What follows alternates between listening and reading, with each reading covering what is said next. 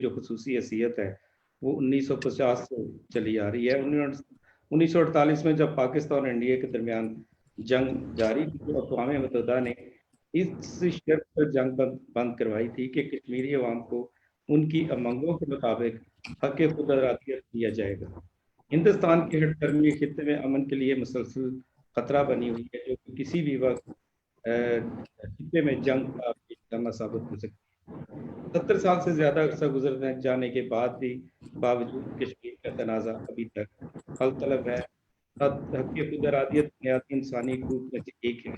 ہندوستانی حکومت مسلسل ان حقوق کی خلاف ورزی کرتی آ رہی ہے اور پوری کشمیری قیادت 5 اگست 2019 کو مودی سرکار نے اپنی ہٹلر سوچ کے تحت کشمیر کی خصوصی جو کہ اقوام متحدہ کی قراردادوں، بین الاقوامی انسانی حقوق اور بین الاقوامی قوانین کی کھلی خلاف ورزی ہے. آرٹیکل 0 کا خاتمہ ہندوؤں کو زمین پر آباد کرنے، مال کرنا چھوٹ دینے جیسے اقدامات کے لیے کیا. آرٹیکل 370 کشمیری کلچر اور خصوصی حیثیت کا آئینہ دار تھا جس کو کہ آبادی کے تناسب کو بدلنے کی ناپاک سازش کی گئی ہے. کشمیری نوجوانوں، بزرگوں، خواتین اور بچوں کو مسلسل جبر و تشدد کا نشانہ بنایا جاتا ہے اور اس کا آپ نے ڈاکٹر صاحبہ نے ابھی ساری ذکر بھی کیا. پچھلے 1 سال بھارتی درندہ سکھ فوج نے پورے کشمیر کو جیل میں بدل دیا ہے. مواصلاتی نظام بند ہے، لوگ اپنے گھروں میں مسحور ہیں، یہاں تک کہ جنازہ پڑھنے کی بھی اجازت نہ ہے. امریکی صدر ٹرمپ نے ایک دفعہ پھر ثالثی کی پیشکش کی جس کا پاکستان خیر مقدم کرتا ہے اور میں سمجھتا ہوں کہ اس سارے کوششوں میں پرائم منسٹر آف پاکستان کی جو سفارتی کوششیں ہیں وہ زیادہ موجودہ گورنمنٹ جو ہے زیادہ اچھے طریقے سے اس پر کام کر رہی ہے اور پوری پاکستان کی 70-72 سالہ تاریخ میں پہلی دفعہ ہم نے اپنا کشمیر کا جو موقف ہے اس کو بہتر طریقے سے پیش کیا ہے. پاکستان کیونکہ روز اول سے کشمیریوں کو ان کا حق دلانے کے لیے پرعزم ہے. کشمیر میں امن ہی سے خطے کا امن مشروط ہے. اقوام متحدہ کی خاموشی اور کشمیر میں مودی سرکار کی ہٹ درمی سے انسانی حقوق کی پامالی کسی سے بھی ٹکی چھپی نہیں ہے. ظلم و بربریت کے یہ اچکوت پوچھے ہتھ کنڈے کشمیر میں جاری جدوجہد کا راستہ نہیں روک سکتے. اقوام متحدہ کو چاہیے کہ عرصہ دراز سے جاری کشمیریوں کی جدوجہد آزادی کے لیے اپنا کردار ادا کریں اور کشمیری عوام کو ان کی امنگوں کے مطابق حق خود ارادیت دیا جائے. پاکستان کشمیریوں کی اخلاقی اور سفارتی سطح پر ہر طرح کی حمایت جاری رکھے گا کیونکہ کشمیر پاکستان کی شہر ہے. Thank you. Thank you, Ijaz sir. Now I'll go to, I see Ali Zafar Sahab has joined us. Salia, can you see? Yes, he's with us. So Ali, can you please unmute Ali Zafar? Yeah, can you, I'm handing over to Ali Zafar Sahab. And I've seen Ahmed Qureshi had joined us also, our other panelist. So can we go to Ali Zafar Sahab? What's the issue? Hello? Ali Zafar Sahab, can you please unmute yourself? Can you hear me now? Yeah, now we can hear you. I'm handing over to you, Ali Zafar Sahab. Just a brief introduction. Syed Ali Zafar Sahab is chairman of Insaf Lawyers in Pakistan. He's also former federal minister for information and broadcasting. He is a barrister of the Supreme Court, a known human rights activist, and he was also the president of the Supreme Court Bar Association of Pakistan, and he is vice president of Human Rights Society of Pakistan. So I'm handing over to you, Ali Zafar Sahab. Thank you very much, Ji. I'd like to start off by first examining the case of Pakistan and India in a nutshell. کیونکہ یہ بڑا ضروری ہے اس لیے because I see کہ there is a conflict here between two principles. One principle, which is the right of the people, and the other, India's case, which is based on illegal occupation. So India claims that there is a questionable letter from Raja Hari Singh, and the entire case is based on that letter, which amounts to illegal possession and annexation now of a territory that does not belong to them. Pakistan's case, on the other hand, is based on principles of self-determination. And we are supported in this principle by not just the world community, but also a UN resolution in the 1950, resolution number 51. We believe that in today's world, and history has proved it to us, that the principle will always win against arms and boots.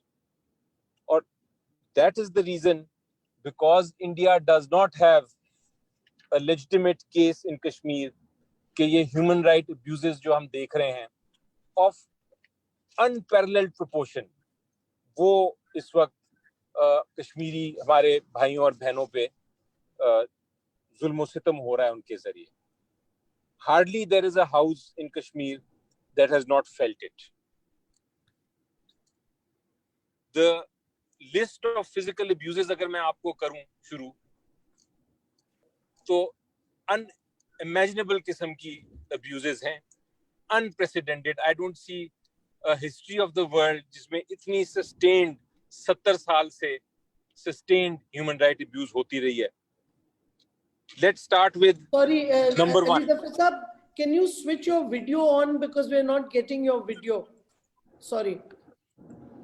Achha, I'll try and do that.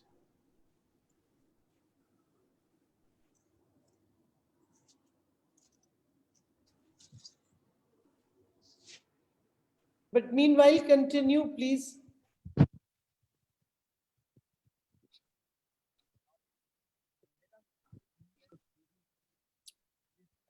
Oops.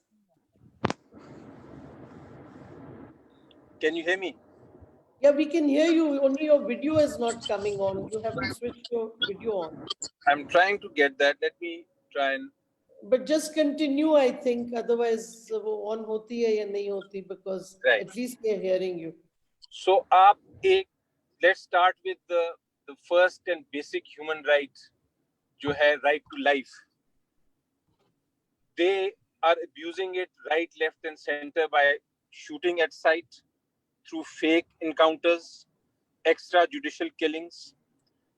There are reports of the Amnesty and of the UN where they're saying that there's 6,500 mass graves, deaths in custody, torture in custody, use of excessive force, pellet guns मारते हैं, blinding कर रहे हैं, right, left, and center.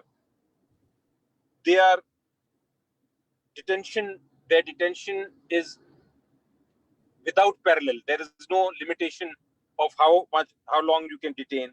There is no trial available. Rapes cases are being reported and now are documented. The molestations of women, the attempt at dehumanizing, no access to courts, blackouts, lockouts, internet not being available now for historically long time. These are just some of the instances of physical abuses. And the worst is that this is supported by law and by the government. The government instructions are there that nobody is to be prosecuted for human rights abuses in the security personnel. The largest presence of armed forces is there, and they are all protected by what they call the Armed Forces Act 1990. ये जो Armed Forces Act 1990 है, इसका Section 7 ये कहता है, and it gives extraordinary powers. It gives them power to shoot at sight. It gives them power to destroy structures. And then, worst of all, it says that they are protected against human right violations by law. It is a virtual immunity, and not a single case of prosecution has taken place jahan a rape or a extrajudicial killing or a torture in custody has been tried.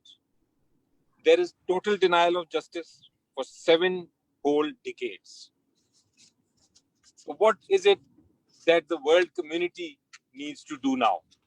Let me conclude by saying what, in my view, is the requirement. I think the Prime Minister of Pakistan has very ably raised the matter before the UN, and the Minister for Human Rights, Madam Shiri Mazari, I think her voice is loud and clear. There's the UN Charter, there is the resolution number 47 of 1948, there are UN resolutions of 91 and 122, there's the Universal Declaration of Human Rights, there is resolution number 61 against genocide. So we need to call upon the UN to direct India to withdraw its military and hold a plebiscite on the basis of just simply these human rights violations that are taking place, which are all listed.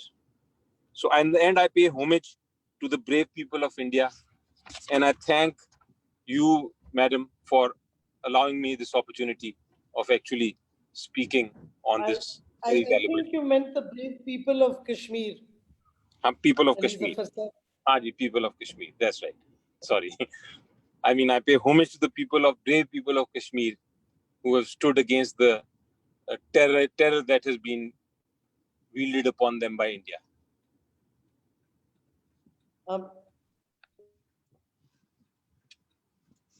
Thank you, Ali Zafar Saab. And now I would request Ahmed Qureshi, who has already joined us.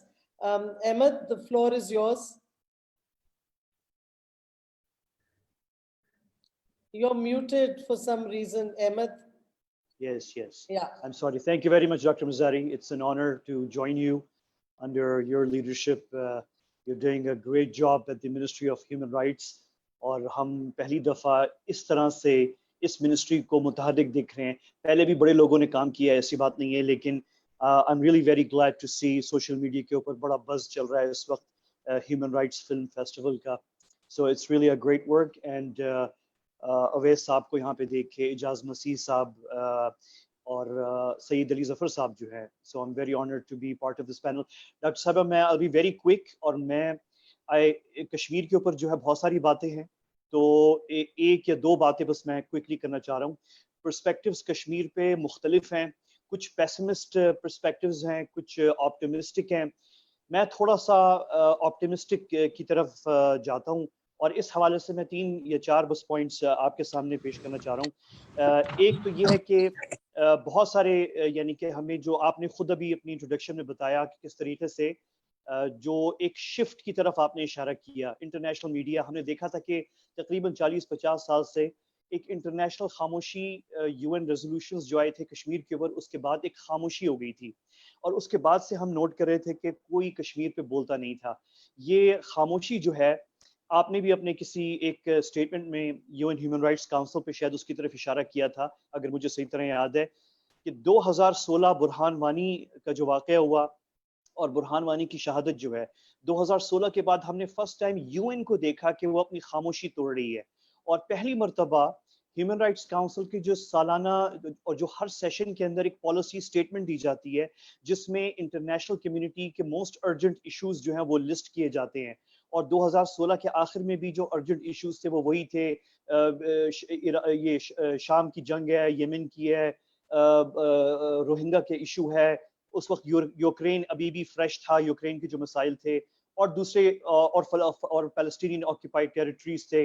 तो ये issues तो already list में थे, लेकिन for the first time UN ने सितंबर 2016 में कश्मीर को इस लिस्ट में ऐड किया, जो कि उस वक्त जो है हमारे कुछ कश्मीरी एक्टिविस्ट बताते हैं کہ ان کو کافی انٹرنیشنل ہیومن رائٹس آرگنائزیشنز نے اس وقت اٹھ کر ہینڈ شیک کیا اور کہا کہ یو ہیو فائنلی ارائیوڈ. مطلب یہ کہ اتنے سالوں سے آپ لوگ کشمیری ایکٹیوسٹ اور pro Kashmir activist human rights defenders جو کام کر رہے ہیں وہ کوششیں کر رہے تھے کہ کشمیر جو ہے وہ انٹرنیشنل ایجنڈے پہ آئے, اور اس کی نشانیاں یہی ہوتی ہیں کہ ہیومن رائٹس کاؤنسل کی جو لسٹ آف ارجنٹ ایشوز ہے اس میں کشمیر کا ذکر ہو اور دیگر دوسرے فورمز کے اوپر. تو یہ واقعہ فائنلی پرنس زید راد الحسین اس وقت جو high commissioner for human rights تھے سپٹمبر 2016 میں, انہوں نے کشمیر کو اس میں ایڈ کیا. And we are all very happy and very glad کہ یہ ابھی تک برقرار ہے یو این کی یہ والی پوزیشن. اور اس کے بعد پھر ہم نے دیکھا کہ وہ for the first time U N نے جو 2 رپورٹس جاری کی تھی. لیکن جیسے کہ ڈاکٹر مزاری آپ نے بھی اشارہ کیا کہ انٹرنیشنل میڈیا جو ہے یہ دوسری سب سے بڑی سائن ہے جو جس کی وجہ سے میں تھوڑا سا آپٹیمسٹک ہوں کہ دوسری بڑی سائن یہ ہے کہ انٹرنیشنل میڈیا اگین جو کہ خاموش تھا, جو بالکل اس پہ بولتا نہیں تھا, بلکہ ہم آہستہ آہستہ انفارچونیٹلی پچھلے کوئی 5 یا 6 سال پہلے نوٹ کرنا شروع ہو گئے تھے کہ وہ جو ڈسپیوٹڈ ریجن یا ٹیریٹری کا ریفرنس کبھی کبھار انٹرنیشنل میڈیا دے بھی دیتا تھا تو وہ آہستہ آہستہ ختم ہو رہا تھا. ڈسپیوٹڈ سے ہو گیا انڈین کنٹرول سے ہو گیا انڈین کشمیر, اور پھر انڈیاز جموں اینڈ کشمیر. تو یہ بھی ہم چینج دیکھ رہے تھے, لیکن اچانک سے یہ جو 2016 کے بعد ہوا ہے اور جو شفٹ انٹرنیشنل میڈیا میں آیا ہے, تو پاکستانی میڈیا تو کوریج کر ہی رہا تھا, لیکن اب جب جب ہم ویب سائٹ پہ اس وقت جاتے ہیں, میں آن لائن جاتا ہوں, تو مجھے نیو یارک ٹائمز کی ویب سائٹ کے اوپر پورا ایک سیکشن کشمیر کا نظر آتا ہے, very updated and very creative, بڑی زبردست رپورٹنگ اس پہ ہو رہی ہے جو پہلے نہیں تھی. So it's a good thing. Washington جو ان کو پہلے بھی کرنا چاہیے تھا, غلط تھے وہ لوگ, وہ نہیں کر رہے تھے. دس از اے ہیومینیٹیرین ایشو, اچھا ہوا کہ اب کر رہے ہیں. واشنگٹن پوسٹ کر رہا ہے, برٹش میڈیا کچھ کرتا تھا کچھ نہیں کر رہا تھا, باقی جو ہے پاکستانی میڈیا تو کر ہی رہا تھا. ریجنلی بھی اب ہم دیکھ رہے ہیں بڑی زبردست کوریج ہو رہی ہے. تقریباً ہمارے خطے کے اندر تمام ریجنل میڈیا جو ہے وہ کشمیر کو کور کر رہا ہے. China, Iran, Russia, gulf media, even Japan جو کہ بڑے کلوز اور الائز ہیں, بڑے قریب ہیں انڈیا سے, لیکن ان کی جو سب سے بڑی 1-2 جو میڈیا ہاؤسز ہیں وہ بھی اب کشمیر پہ لکھ رہے ہیں. And they mention very clearly which they never used to do. کم از کم میں نے اپنی ریسرچ میں 2016 سے پہلے جاپانیز میڈیا میں کشمیر پہ کوریج نہیں دیکھی, ماں سوائے جہاں وہ مجبور تھے, جیسے کہ کارگل میں ہوا, وہاں پہ تو ان کو کور کرنا ہے مجبوراً, یا جیسے کہ پچھلے سال ہوا تھا ڈاگ فائٹ جو ہوئی تھی وہ کوریج کی. لیکن یہ جو ہوا ہے 5 اگست کے بعد اسپیشلی, اس کے بعد وہ کوریج جو ہے اب ہم مسلسل جاپانیز میڈیا میں دیکھ رہے ہیں. سو ایک بہت بڑا خلا جو تھا, ایک بہت بڑا جو گیپ تھا انٹرنیشنل کوریج میں, اس پہ بات کرنے میں کشمیر پہ, وہ کم ہوا ہے. تو دس از اے گڈ تھنگ. تھرڈ جو ہے, جیسے کہ اعجاز مسیح صاحب یہ بھی ذکر کر رہے تھے, امریکی صدر کا اگرچہ بہت سارے جو ہے اس پہ کہتے ہیں کہ یہ کافی نہیں ہے, اور واقعی کافی نہیں ہے, جسٹ ٹو آفر میڈیشن اور بعد میں چپ ہو جانا, اٹس ناٹ انف. بہت سے لوگوں نے میڈیشن آفر کی ہے, کوئی بڑی بات نہیں ہے. سو لیکن جو مختلف ہے, تھوڑا سا بس جو مختلف ہے امریکی کیس کے اندر یا صدر ٹرمپ کی کیس میں, وہ یہ ہے کہ صدر ٹرمپ نے اپنے پلیٹ فارم سے کشمیر پہ 2-3 دفعہ بات کر کے, ایک تو یہ جو انڈیا کا نیریٹو ہے کہ یہ انٹرنل میٹر ہے, اسے تھوڑا سا اوبلٹریٹ کیا ہے, اور سیکنڈ بات یہ تھی کہ ہم سب یہ تھے کہ کہیں تھوڑا سا انڈیا آفر کر کے یہ مارکیٹ ایکسیس یا وہ جو ٹریڈ ڈیل کی بات ہو رہی ہے جو کہ نہ ہو سکی, فروری میں ہونی تھی اور نہیں ہوئی, اور ٹرمپ صاحب جو ہیں انڈیا سے خالی ہاتھ واپس واشنگٹن گئے. انڈیا یہ چیزیں آفر کر کے یا وہ کوئی کوئی آرمز ڈیل کر کے ٹرمپ کو چپ کرا دیتے, لیکن وہ بھی نہیں ہوا. اور ہم نے دیکھا کہ وہ جو ٹیکسس میں انہوں نے بہت بڑا ایک وہ ایونٹ کیا تھا پچھلے سال, اور اس کے اگلے دن جو ہے وزیر اعظم عمران خان صاحب سے ٹرمپ کی ملاقات تھی نیو یارک میں, اور توقع یہ تھی کہ اگلے دن جو ہے شاید ٹرمپ اب کشمیر کا ذکر نہیں کرے گا, کیونکہ مودی صاحب نے اتنا ایفرٹ کیا ہے گلے لگانے میں, اور کود کے اچھل کے ان سے وہ جپیاں لگانا اور ہینڈ شیکس, اور اسٹیج کے اوپر جو ہے, تو اس کے بعد ٹرمپ صاحب جو ہے تھوڑا سا شرم کھائیں گے اور کشمیر کا ذکر نہیں کریں گے.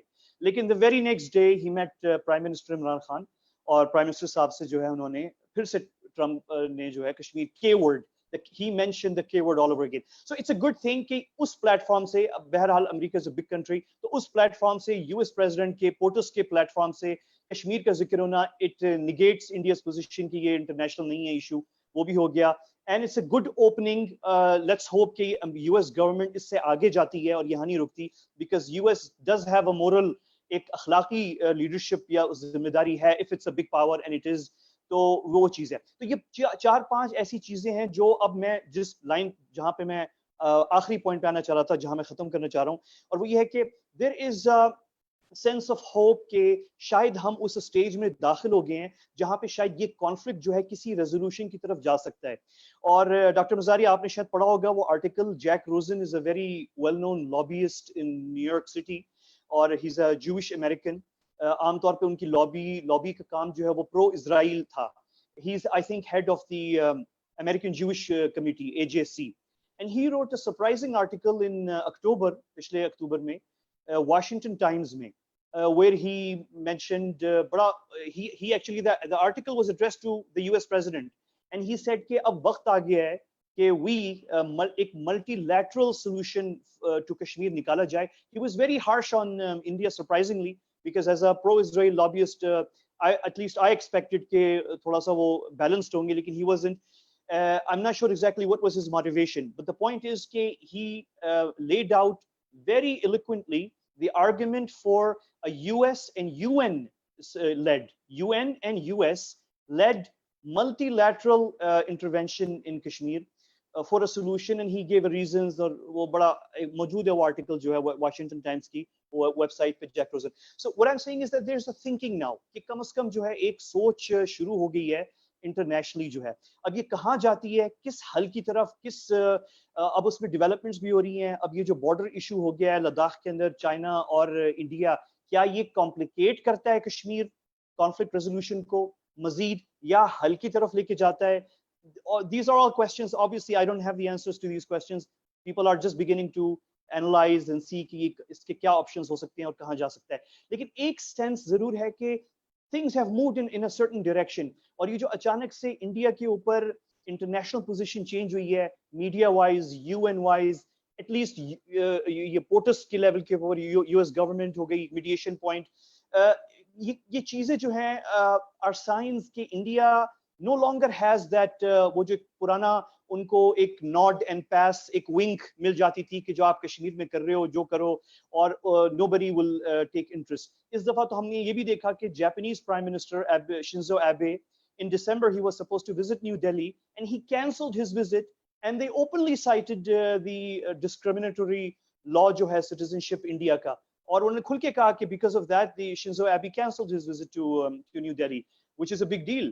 Or and I was reading a column for Ian Bremmer, jo ke again he's a columnist for Time magazine, and he was commenting on Trump's visit in February to India, where for the first time an American president cancelled his visit to New Delhi, the Indian capital, altogether, completely skipped New Delhi. Or jo security hai unki secret service, they insisted ke there's no way the US president can come to New Delhi. If you have another venue, do it. اور ان کو مجبوراً Indian government کو اور مودی کو جو ہے وہ دوسرے شہر میں ہوسٹ کرنا پڑا ٹرمپ کو, because of the rights, religious motivated rights in new Delhi over the citizenship law. So basically even the international powers, there's a disturbance, and Russia for example and many other countries جو کہ پرو India عام طور پہ سمجھے جاتے ہیں, جن کو ہم سمجھ رہے تھے کہ شاید وہ جو 50 سال بعد پہلا اجلاس ہوا ہے UN سیکورٹی کاؤنسل کا 16 اگست کو پچھلے سال, to discuss closed door کے اندر to discuss Kashmir, we thought somebody might veto it, and none of the P5 vetoed. I mean, people thought کہ possibly Britain, maybe not US and Russia, but maybe France and UK might veto that. کہ وہ discussion بھی نہ ہو کشمیر کے اوپر, because it's an internal matter of India and the Indians were lobbying for that, but it happened. اور میں conclude کرتا ہوں اس لائن کے اوپر جو Richard Roth is a very old journalist of CNN, and he's an old UN جو کرتے رہے ہیں, UN watcher ہیں, and he said کہ یہ ڈسٹ آف ہونا اچانک سے کشمیر کے اوپر کی فائل کا ڈسٹ آف ہونا in the UN Security Council is a big deal. حالانکہ he listed کہ closed door meeting thi, and there was no consensus. There was a consensus on discussing Kashmir, but there was no consensus on issuing a press release. Why? Kyunki jo bhi press release nikalti wo definitely critical hoti India pe, aur wo perceive hoti as pro Pakistan, and this according to some of the countries who discussed that this might have gone in favor of Pakistan, to wo isse halat mazid ground pe kharab ho sakte hain. It's an excuse, but whatever, wo India failed to scuttle it. So it was a big deal, and big deal was the term that Richard Roth, CNN old hand on UN, used in his article on the CNN website. Okay, this is a big deal that Kashmir is out all of a sudden, the old file has been dusted off and brought up back again. So there is some cautious optimism that things can move in multi directions. लेकिन किस direction पे जाती है depends on diplomacy. It also calls, and I conclude with this, it also calls for us to sort of now resort to some creative ways in our diplomacy and be careful that all of this international interest and possible maybe future intervention can go in different directions. We must be ready for all these different scenarios. So there's a cautious optimism, and of course there's also pessimism as well. कि अभी कहीं नहीं जा रहा. लेकिन it's a development, it's a major thing, and I think it's important that we recall all of this जब हम discuss कर रहे हैं एक साल जो गुजर गया है इंडिया के illegal actions पर. Thank you, Dr. Nizar.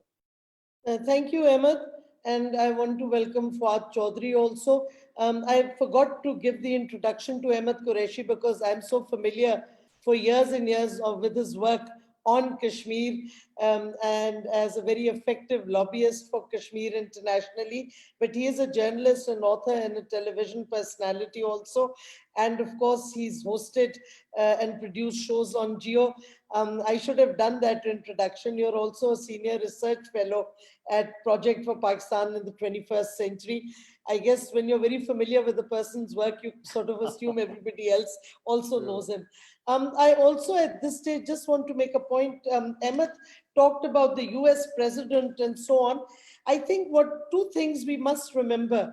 Pehli cheez ye ke Prime Minister Imran Khan changed the narrative on Kashmir because for the first time internationally, he equated the fascism of the Modi government with Nazism. And I think that changed the dynamics and the whole focus on the framework in which the occupied Kashmir issue was being discussed after that. Because the link between fascism and Nazism was drawn by the Prime Minister, and he has continued to keep alive that discourse and that narrative.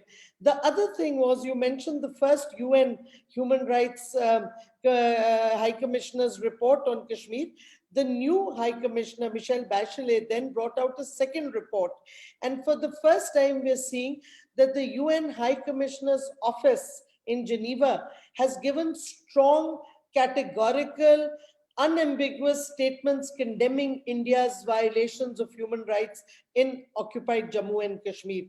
तो उससे बहुत फर्क पड़ा है और मैं समझती हूँ इसमें पाकिस्तान की जो डायनामिक पॉलिसी कश्मीर पे आई है during the Imran Khan's prime ministership, I think उससे काफी बहुत फर्क पड़ा है because वो narrative बदला गया है और of course जो मोदी की हुकूमत ने 5th August के बाद what they did, that also played into the narrative that the Prime Minister had set. So I think on the one hand, the UN Human Rights High Commissioner's office has played a major role. Certainly Trump's recognition that it's an international dispute has also played a role. But the role of Pakistan under Prime Minister Imran Khan also cannot be undermined. But the main issue, एक और point मैं कह दूं before I invite our two other panelists. One is कि अभी भी Pakistan needs to focus beyond just the political aspects of the dispute.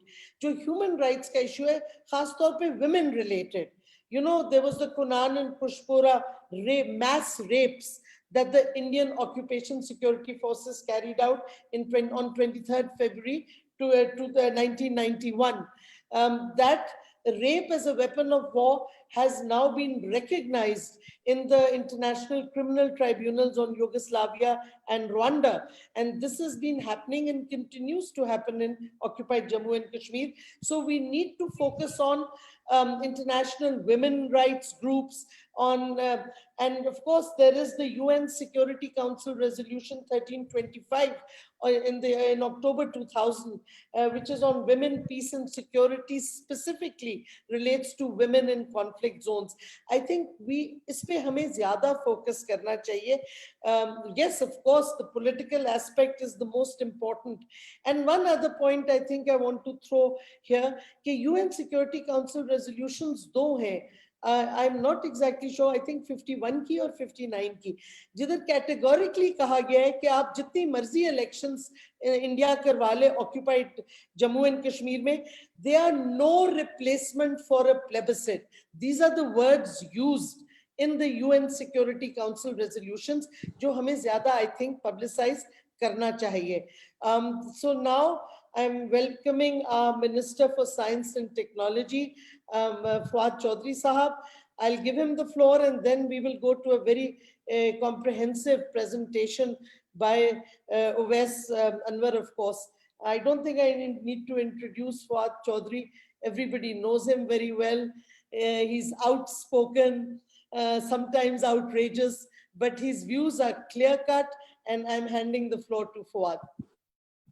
Thank you very much, Minister Saiba. And being an outrageous and outspoken is the qualities I obviously learned from you, and I follow you in these, tactics. Sir, as far as Kashmir is concerned, I was born in a village next to Mangla. And my village is probably one of the last villages of Punjab, and after that, Kashmir starts. District Mirpur on one side and Bhimber on the other side.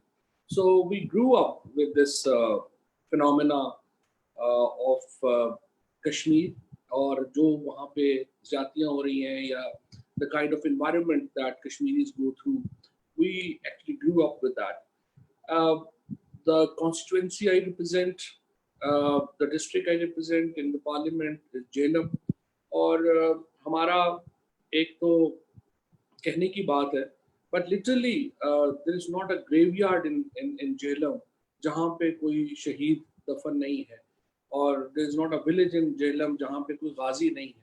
So बहुत करीब से ये जो कश्मीर की struggle है या कश्मीर का जो दुख है वो हमारे दिलों के बहुत करीब, और इसके जो इवेंट्स जिस तरह से हुए हैं 47 के बाद से, वो भी हमारे बिल्कुल आप समझिए कि ये एक आप बीती सी लगती है. इट्स लाइक कि हमारे अपने ऊपर जो है वो चीज़ें गुजरी हैं, और मैं ये समझता हूँ कि ये डिफरेंट फेजेस हैं कश्मीर में जो कि हमने देखी हैं. पहले 1947 से 465 तक की एक फेज थी, फिर 65 से आप समझिए कि 89 तक की एक जो है वो फेज आई, क्योंकि 71 में शिमला मुआहदा जब हुआ वो फेज आई. फिर शिमला मुआहदा से बाद जब हमारी तवज्जो ज़्यादा अफगानिस्तान के ऊपर रही और हम कश्मीर के ऊपर और इंडिया के ऊपर जो हमारी एक क्लेम था, जो I think even at that time our leadership had that opportunity कि वो कश्मीर के ऊपर ज़्यादा दबाव बढ़ाते और बात कर सकते, but unfortunately that has not happened. So 89 elections of Kashmir, जिस तरह से अभी डॉक्टर साहबा कह रही थी कि जो यूएन रेजोल्यूशंस में भी लिखा हुआ है कि इलेक्शंस जो हैं इंडिया जितने मर्जी कराता रहेगा, वो अल्टरनेट नहीं होगा प्लेबिसाइट का. बट 89 इलेक्शन ने तो साबित कर दिया कि इंडिया जहाँ जिस तरह के इलेक्शंस कश्मीर में करा रहा है उसका कोई फ़ायदा ही नहीं है. डमी इलेक्शंस और सारे जो है वो फेक लीडरशिप जो है वो पैदा की गई. इंटरेस्टिंगली अब ये जो पोस्ट कारगिल या पोस्ट 99 और इसके बाद ये जो अभी वाक़या हुआ कश्मीर की जो एनेक्सेशन को एक फॉर्मलाइज किया नरेंद्र मोदी की हुकूमत ने, मैं इससे पहले मैं दिल्ली में उमर अब्दुल्ला से मेरी मुलाकात हुई, तो उमर अब्दुल्ला जो थे उन्होंने मुझे खुल के ये बात एडमिट की कि देखिए हम तो हिंदुस्तान के नैरेटिव को लेके चले हैं सारी उम्र, और हम पाकिस्तान के स्टैंड को कश्मीर के ऊपर हमेशा हमने क्रिटिसाइज किया है, but fact of the matter is that Kashmir में बहुत ज़्यादा पाकिस्तान की सपोर्ट है. और उन्होंने ये कहा मुझे कि जो झंडे यहाँ पे अगर आज पाकिस्तान के हज़ारों झंडे लहरा रहे हैं तो ये किसी इंटेलिजेंस एजेंसी की कैपेसिटी तो नहीं है कि वो हर वक्त इतना ज़्यादा जो है वो लोगों को कैप्चर कर ले कि वो उसके साथ जिए मरे और झंडे लगाएं. तो उन्होंने कहा कि नहीं, इसमें कोई शुबा नहीं है कि पाकिस्तान की बहुत ज़्यादा सपोर्ट है कश्मीर के अंदर. उसके बाद अब आज जो हो रहा है कश्मीर में कि भूल जाइए उन पार्टीज़ को या उन लोगों को जो प्रो पाकिस्तान हमेशा नैरेटिव लेके चले. हुर्रियत कॉन्फ्रेंस है, गिलानी साहब हैं, यासीन मलिक हैं, बाकी मीरवाइज हैं, उनका नैरेटिव جو ہے اس کو چھوڑ دیجئے, وہ لوگ جو ٹریڈیشنلی ہندوستان کے ساتھ کھڑے تھے, چاہے وہ محبوبہ مفتی ہوں, چاہے وہ عمر عبداللہ ہوں, چاہے وہ شیخ فاروق ہوں یا باقی لیڈرشپ ہو, وہ تمام لیڈرشپ بھی آج ہندوستان کے نیریٹو کو مسترد کر رہی ہے. So there's a unique opportunity, I would say, or the unique event that has happened in Kashmir, that the whole political leadership in Kashmir is now against Indian narrative. This has not happened before. پہلے ہمیشہ یہی رہا کہ چونکہ شیخ فاروق جو تھے بہت بڑے لیڈر تھے اور 47 آنورڈ ایک ڈویژن انڈیا کریٹ کرنے میں کامیاب رہا ان کی وجہ سے. لیکن یہ جو انیکسیشن کا معاملہ ہوا ہے اس کے بعد سے تمام کشمیری جو لیڈرشپ ہے وہ اس وقت ہندوستان کے نیریٹو کے خلاف ہے, اور اس کو ابھی جو میرا خیال ہے کہ پاکستان کے لیے بڑی اچھی اپرچونٹی بھی ہے کہ اس کو ہم کس طریقے سے یوز کر سکتے ہیں. وہاں پہ جو ہیومن رائٹس وائلیشنز ہوئی ہیں وہ بھی دنیا دیکھ رہی ہے. ابھی اگر آپ HRW کی رپورٹ اگر ہم دیکھیں, UNSC کی رپورٹ دیکھیں, تمام جو ہیومن رائٹس کے اوپر کام کرنے والی تنظیمیں ہیں, جو نیوٹرل تنظیمیں ہیں, جو پاکستان بیک تو ہے ہی نہیں, لیکن Pakistan HR human reports organisation جن کی پاکستان میں بیس ہے اس کو بھی آپ چھوڑ دیں. جو نیوٹرل HR آرگنائزیشنز ہیں اور انٹرنیشنل انفلوئنشل HR آرگنائزیشنز ہیں وہ بھی اس بات کے اوپر بالکل یونانیمس ہے کہ ہندوستان کشمیر کے اندر بہت زیادہ مظالم جو ہے وہ کر رہا ہے. ہر 10 کشمیری کے اوپر ایک جو ہندوستان کا سپاہی ہے وہ مامور ہے, اور this itself shows extent of atrocities that are going on in Kashmir. So how to move forward, اور اس کو کس طریقے سے ہمیں جو ہے وہ اس کو کیپٹلائز اس کو کرنا ہے, اس معاملے کو آگے لے کے کیسے چلنا ہے, اس کے اوپر بہت بحث ہوتی ہے. And obviously with experts like Dr. Mazari and we have other people like you there, وہ آپ لوگوں نے اس کے اوپر بہت زیادہ کام کیا ہوا ہے. لیکن مجھے یہ لگتا ہے کہ جو میرے خیال میں ایک طرف تو جو ہم نے اس کا پولیٹیکل سولوشن ہے یا جو پولیٹیکل نیریٹو ہے اس میں جو بھی جدوجہد ہوتی ہے اس کے کئی اس کے پرت ہوتے ہیں, کئی جہتیں ہوتی ہیں, کئی لیئرز ہوتی ہیں ہر جدوجہد کی. ہمیں ایک ملٹری کی اگر کچھ لوگ جو ہیں وہ کہتے ہیں کہ جی اور کوئی سولوشن ہی نہیں ہے, ملٹری سولوشن ہے, تو وہ تو ہم 3 جنگیں پہلے لڑ چکے ہیں, ہم چوتھی جنگ کے لیے بھی ہمیں تیار رہنا چاہیے. کیونکہ the kind of environment now India has, مجھے نہیں لگتا کہ ہم کوئی امن کی آشا مزید آگے بڑھا سکتے ہیں. Because the kind of environment India has created within, now we have RSS influenced Narendra Modi, ان کا پرائم منسٹر ہے. ان کا نمبر 2 جو ہے امت شاہ, وہ نریندر مودی سے بھی زیادہ ایکسٹریمسٹ ہے. ان کا نمبر 3 جو ہے گلاداری, وہ ان دونوں سے بھی زیادہ ایکسٹریمسٹ ہے. اور اب جو UP میں چیف منسٹر آیا ہے اور جو سمجھا جا رہا ہے کہ BJP کا اگلا نیکسٹ بگ گائے ہے, وہ تو باقاعدہ جو ہے اس کی جو ویوز ہیں وہ تو ابھی ہم نازی جرمنی کی بات کر رہے تھے, اس کے تو ہٹلر سے بھی 2 ہاتھ آگے ویوز ہیں. So this is the kind of political environment that is now prevailing in India. وہاں پہ جو secular, I believe RSS has already started a campaign جہاں پہ وہ کہہ رہے ہیں کہ انڈیا کا جو کانسٹیٹیوشن ہے اس سے سیکولرزم کو نکال دیا جائے, اور وہ یہ کہہ رہے ہیں کہ اس میں اندر جو ہندو مت ہے اس کو ہمیں آفیشیل ریلیجن جو ہے وہ اس کو ہمیں بنانا ہے. سو مجھے یہ لگتا ہے کہ ہمیں ہندوستان کے ساتھ, ہم تو امن چاہتے ہیں اور ہم نے کیا کچھ نہیں کر لیا کہ ہندوستان کے ساتھ جو ہے وہ ہمارا امن ہونا چاہیے. ہم نے تو ہر طرح کی کوشش جو ہے وہ کر لی ہے. لیکن میں نے اسمبلی میں بھی یہ بات کی تھی, آپ امن جو ہے وہ بھیک مانگ کے تو نہیں ہو سکتا, وہ تو آپ کو تیار ہی رہنا پڑتا ہے. اگر آپ کے اوپر جنگ مسلط کی جائے آپ کو لڑنے کے لیے بھی تیار رہنا چاہیے. یہ نہیں ہو سکتا کہ ہم کہیں گے ہم ہر صورت جو ہے وہ امن چاہتے ہیں, چاہے دوسرا امن چاہے یا نہیں چاہے گا. ہم کوشش کر سکتے ہیں لیکن یہ تالی دونوں ہاتھوں سے بجنی ہے. سو پہلی بات تو یہ ہے کہ ہمیں یہ جو امن کی آشا کا ایک جو ہماری خواہش تھی, خواہش ہے اب بھی, اور ظاہر ہے ہم تو چاہتے ہیں ہندوستان سے امن ہو, لیکن اگر BJP RSS کا نیریٹو آپ دیکھیں, ان کی لیڈرشپ کی سوچ اس وقت دیکھیں. آپ 5 اگست کو کل وہ رام مندر کی رکھنے جا رہے ہیں, اپنی بنیاد رکھنے جا رہے ہیں, اب اس کے بعد کیا ہوگا؟ ہندوستان کے اندر مزید بٹرنس بڑھے گی مسلمانوں میں اور ہندوؤں میں، اور مسلمانوں اور ہندوؤں میں جب بھی بٹرنس بڑھتی ہے سب سے پہلا جو اس کے اثرات ہیں وہ کشمیر میں نظر آتے ہیں.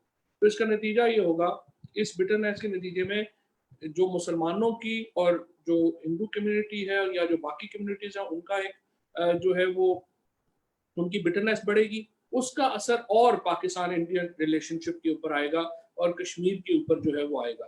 سو اگلے مجھے لگتا ہے کہ یہ جو چند مہینے ہیں ان میں بہت زیادہ جو پاکستان کے ہندوستان کے تعلقات ہیں اور پھر کشمیر کا جو تعلقات ہے ہندوستان سے ان کے اوپر جو ہے وہ مزید افیکٹ آئے گا، اور ہمیں اس کے لیے تیار ہونا چاہیے، تیار رہنا چاہیے کہ کس طرح سے ہم نے اس کو رسپونڈ کرنا ہے. باقی یہ ہے کہ کشمیر کے اوپر ہم نے پہلے بھی ہماری دیکھیے پاکستان نے اب تک کشمیر کے لیے بہت کچھ کیا ہے. میں نہیں سمجھتا کہ ہمیں یہ اس کے اوپر کچھ دو رائے ہے. دیکھیے ہم نے جنگیں لڑی، ہماری تمام جو نیریٹو ہے ہمارا فورن پالیسی کا وہ کشمیر کے اوپر جو ہے وہ گھومتا رہا ہے 70 سالوں میں اوپر نیچے، اور ہماری اکانومی جو ہے ہم نے اس کی بھی قیمت ادا کی ہے، لیکن ہم نے کشمیر کے اوپر اپنی جو لڑائی ہے، اپنی جو حق کا جو ساتھ ہے وہ ہم نے ہمیشہ دیا ہے. ابھی آ کر کے جو پرائم منسٹر صاحب نے، جو عمران خان نے اس کو بالکل نئی جہت دی ہے، ایک نئی اس کو جو ہے وہ دوبارہ اس کو اگنائٹ کیا ہے اس معاملے کو. اور آئی بلیو دیٹ یہ جو اگلے چند مہینے ہوں گے یا چند آئی وڈ سے سال یا 1.5 سال ہے، یہ بڑا امپورٹنٹ ہے کشمیر کے لیے. اور اس وقت ہمیں پوری جو اسٹریٹجی جو ہم نے ابھی 5 اگست کو جیسے آج میپ لانچ کیا ہے ہم نے، اور جو سمبولک جو پولیٹیکل ایکشنز کیے ہیں وہ ہمارے ساتھ ہیں. ایل او سی کے اوپر روزانہ فائرنگ ہو رہی ہے، روزانہ لوگ جو ہیں وہ شہید ہو رہے ہیں، ہمارے سپاہی جو ہیں وہ شہید ہو رہے ہیں. اب دیکھنا یہ ہے کہ کیا دنیا اس میں انٹروین کرے گی. لگ رہا ہے کہ شاید نہیں کرے گی، اور اس وقت دنیا جو ہے وہ ایک چونکہ جو ورلڈ لیڈرشپ تھی پہلے تو یو ایس اے کے پاس تھی، U S S R, U S A کے بعد یو ایس اے کے پاس تھی. اب یو ایس اے نے ایکچولی ایون کووڈ میں بھی آپ دیکھیں تو اپنا لیڈرشپ رول انہوں نے لمیٹڈ کر دیا ہے، اور پریزیڈنٹ ٹرمپ یوں لگتا ہے کہ کوئی بہت حمایتی نہیں ہے کہ وہ کوئی ورلڈ لیڈرشپ کے رول جو ہے وہ یو ایس اے لے. لہٰذا وہ رول شرنک ہو رہا ہے، اور ہر ملک جو ہے اس کو اپنی لڑائیاں جو ہیں وہ عالمی برادری سے زیادہ خود ہی جو ہے وہ اسٹریٹجائز کرنی پڑیں گی. اور اس کے لیے ہمیں جو ہے میرا خیال ہے کہ اس وقت جو یہ لڑائی ہے جو اب ایک بڑی I won't say an interesting phase, but it's kind of a very, I would say, tricky phase, جس میں جو ابھی ہم جو ہے وہ انٹر ہو رہے ہیں, and we should be ready for anything can happen. اور اگلا میرے خیال میں 1 سال جو ہے وہ بہت امپورٹنٹ ہوگا کشمیر کے لیے بھی اور پاکستان انڈیا ریلیشن شپ کے لیے بھی. تھینک یو ویری مچ.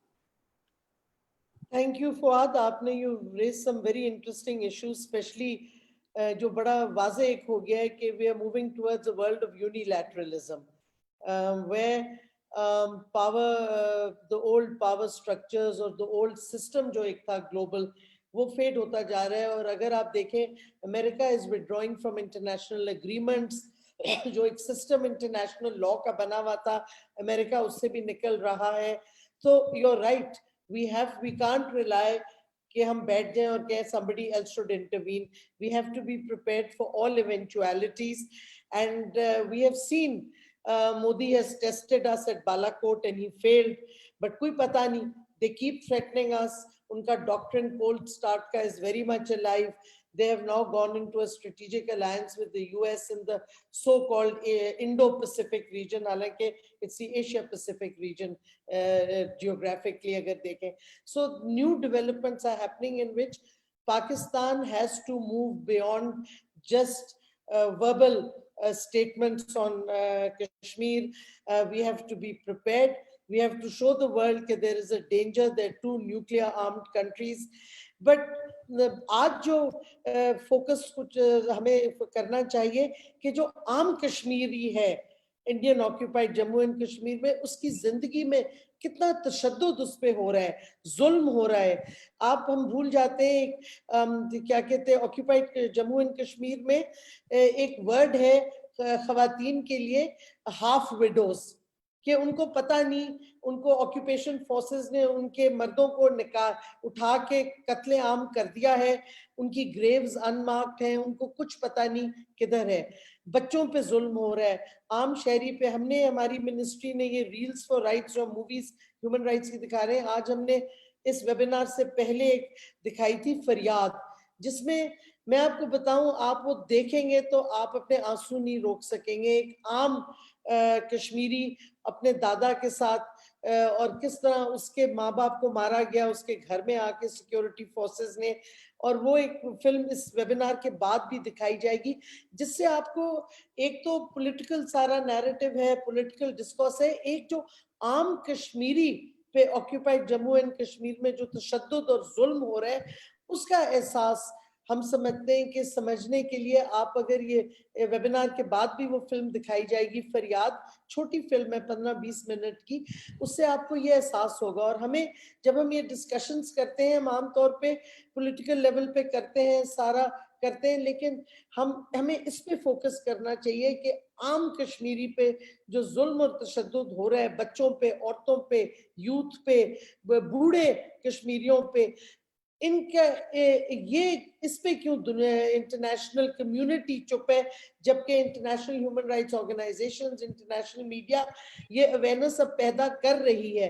तो ये सवाल हमारे लिए है कि हम किस तरह ये जो इंटरनेशनल कम्युनिटी, और मैं समझती हूँ जो किसी ने बात नहीं की कि ये जो OIC और मुस्लिम उम्मा की हम बात करते हैं, सवाए तुर्की के, ईरान के, मलेशिया के, बाकी मुस्लिम उम्मा में आवाज नहीं उठ रही कश्मीर के लिए, कश्मीरी अवाम के लिए, ये क्यों है? तो ये सवाल भी अब उठते हैं, and I am sure question वगैरह में ये आएगा। और अली जफर साहब, आई एम ग्लैड आपका वीडियो अब ऑन हो गया।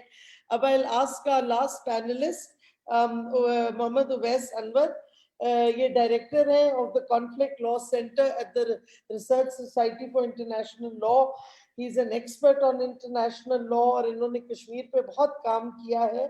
और आई विल, इनकी एक प्रेजेंटेशन है छोटी सी, which is going to be extremely useful and informative. So Wes, I'm handing over to you now. Thank you very much, Dr. Mazari. First of all, I'd like to thank the organizers, the ministry, Dr. Mazari, for inviting me to be part of this distinguished panel. I'm also grateful to Ali Zafar Saab for having enumerated the various types of violations, human rights violations that are taking place in Kashmir. One of the issues that I wanted to focus on, and there are really two strands to my presentation. The first is the impunity. Not being able, human rights violations take place across the world, but there are mechanisms whereby you can get redress.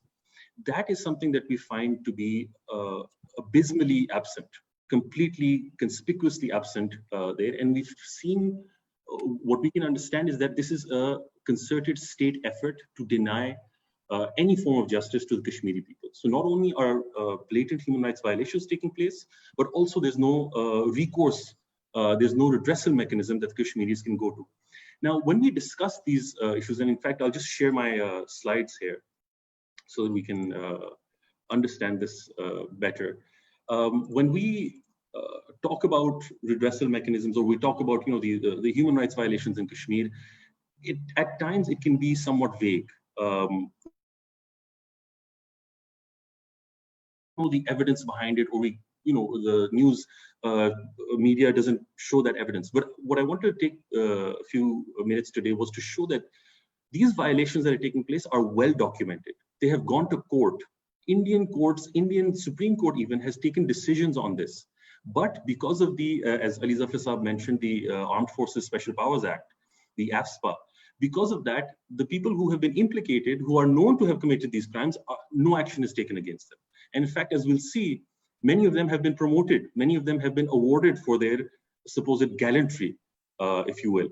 The second issue that I wanted to discuss was that human rights violations is certainly part of the discussion and a major pillar of the discussion when it comes to occupied Jammu and Kashmir. But the international wrongs or the international crimes are far wider that are being committed by Indian forces.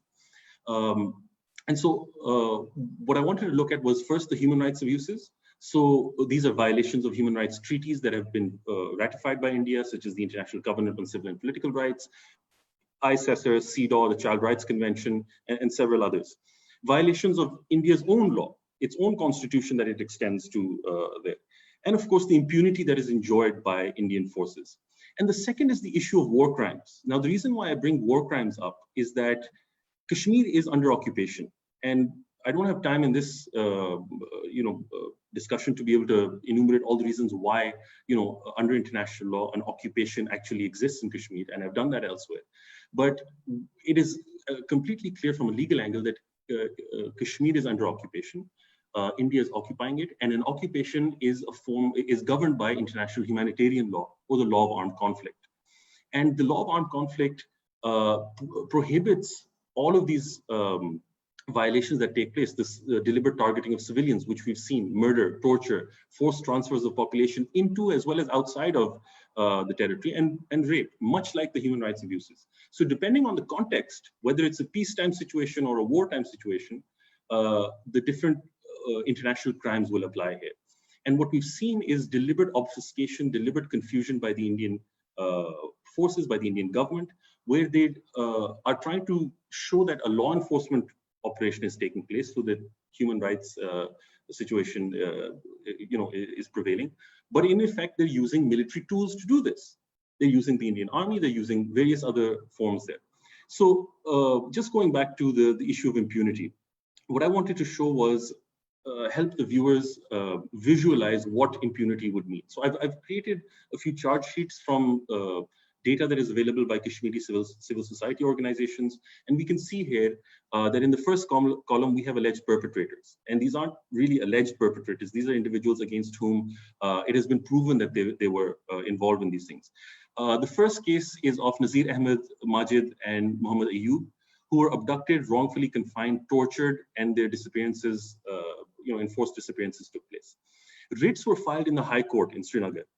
Upon inquiry, they revealed the perpetrators' names. Sanction for prosecuting them under the AFSPA, which is with the central government in India, was denied. Even the IGP revealed that the murder and wrongful confinement were established against these individuals, against these members of the Indian Army, and yet nothing could be done. So this is just one example of this. And these are some of the older examples because, the entire process has gone through. What's happening right now, especially after August 5th, is a completely other story and a complete, denial of justice over there. Another case, 12 members of the 74th Battalion Border Security Force were perpetrated for the killing of 35 civilians, abduction, torture, enforced disappearances. An FIR was filed. Jammu and Kashmir High Court petition was filed. It even went to this, and in all of these cases, permission was sought under AFSPA from the central government, and it was denied. Nothing happened to these individuals. And the last case is perhaps the most glaring, where we see Colonel Ajay Saxena, who at that time was a colonel, but was later promoted to a major general. Him, along under his command, several others, for the abduction and extrajudicial killing were implicated in a case. The Supreme Court of India found that cognizance of this case could not take place unless permission under AFSPA was given. And as the Office of the High Commissioner on Refugees has noted, no prosecution has taken place because of this impunity that has been afforded to them by AFSPA. In fact, some of these, Farooq Khan, for example, was given several medals for his participation in such events. And what we can see is that the list goes on and on and on. And these are old cases that I'm talking about. The more recent cases are far more heinous in nature. Now, again, due to the paucity of time, I'm just going to very quickly move on to violations of the law of war that are taking place. And you have to understand that Kashmir is a war zone. It is an occupation. An occupation is a type of an international armed conflict. Now, just very briefly, some of the more recent events. On February 17th, 2019, there were several houses that were destroyed, tear gassing of civilians, 120 villages there. Human shields were used. 4 villages were used and sent into buildings where allegedly fighters were present. And we can see on this list, I'm not going to read them out, but the clear violations of international humanitarian law, customary international humanitarian law, and a variety of other legal instruments that govern the conduct of forces in times of war. The second is 1st April 2018, when 40 people were injured, 35 hit in the eyes by pellet guns. And we could have an entire webinar on just the use and the abuse of pellet guns which are essentially shotguns fired at people, and how they breach international law, and especially customary international humanitarian law. And the final is that from 1989 to 2017, and we're just talking about documented cases here, 143 rape cases took place. And how this violates, there is simply no excuse for this. You can still make an excuse for accidental deaths or accidental killing, but there is no accidental rapes that take place. This is a concerted weapon of war, as Dr. Muzari mentioned, that has taken place in complete violation of international law. So when we really talk about human rights abuses, we have the violations of international human rights law here, and then we have war crimes. But for war crimes, it becomes a battle of narratives that, as we've discussed, as Ahmed Qureshi Saab also mentioned, in the international community, we have to, the people of Kashmir, as well as the Pakistani government, has to sell this idea that an occupation is taking place, because under even the UN framework, it is an administered area by India. So this is our goal here. So even if we can't reach that element where we can start showing to the international community that war crimes are actually taking place, what we can do is look at this third category, which is crimes against humanity, which does not require a wartime situation to exist. Simply that these acts, murder, torture, forced transfer of population, rape, persecution, enforced disappearances, each and every one of which is taking place in Kashmir right now. If this is committed as part of a widespread or systematic plan or attack directed against any civilian population, then it is a crime against humanity. And what we've seen is that the reason why this crime was created was because a lot of these countries, a lot of states in the past were committing terrible abuses against their own populations. And usually when we have these international crimes, they're against the population of another state. So specifically, where India claims Kashmiris to be their own citizens in violation of international law, even there, its liability for international crimes exists, and crimes against humanity is something that can be pursued and should be pursued. I'm going to end the presentation here and simply just end on the point that international mechanisms and even domestic mechanisms abroad do exist on how to deal with persistent violators of international law, especially international humanitarian law, but also crimes against humanity. In fact, the European Union, for example, has a draft policy on how to deal with states that illegally annex territory. And it requires sanctions to be imposed. And this is the European Union's own documentation. We see this in other countries as well, where, for example, this Major General Saxena, who even has a LinkedIn profile and is living a regular life, he would be sanctioned, visa restrictions or other forms of sanctions upon him for the human rights abuses that they've done in the past. So I just wanted to end there, and I hope this has been useful from an international law perspective. Thank you. Thank you, Wes. Which brings up another point that I want to, I just want to sum up the discussion that we have shown how India is violating international law, laws on war. And let's face it, there is a warlike situation now in Indian occupied Jammu and Kashmir by any definition of the concept of war, whether it's irregular war, whether it's asymmetric warfare, which is what it is. And the other thing is, we have to remember that IOJK is an occupied territory. All occupation is illegal. And the occupied territories are governed by the 4th Geneva Convention, जिसमें वाज़े तौर पे लिखा है कि जो occupation power है वो क्या कर सकता है और क्या नहीं कर सकता. दो चीजें वो नहीं कर सकता बड़ी क्लियरली. एक, उस ऑक्यूपाइड टेरिटरी का स्टेटस नहीं वो चेंज कर सकता, जो कि हिंदुस्तान ने 5 अगस्त 2019 में किया था. दूसरा, वो डेमोग्राफी यानी कि पॉपुलेशन नहीं बदल सकता जो हिंदुस्तान अब कर रहा है, जो वो डोमिसाइल अपने इंडियन हिंदू सिटीजन्स को दे रहा है कश्मीर का. ये दोनों चीजें अगर वो करता है according to the 4th Geneva convention, ये वॉर क्राइम्स है.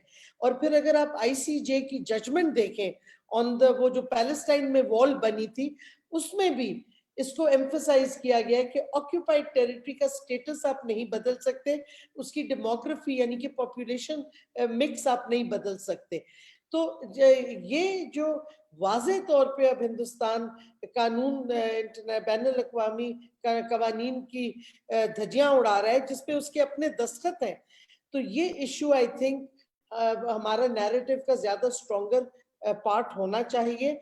और इसके साथ साथ जो ह्यूमन राइट्स, इंसानी हकूक की वो खिलाफ वर्जी हो रही है और जो तशद्दुद किया जा रहा है बच्चों पे, औरतों पे, यूथ पे, बूढ़े शख्स पे, और जिस तरह जेल में फेंका जा रहा है। अब उन्होंने क्या कहते तीरा जेल में जिस तरीके से कश्मीरियों को रखा है, अभी आसिया बीबी को भी रखा है उन्होंने मर्डरर्स और रेपिस्ट के साथ एक्चुअली तीरा जेल में।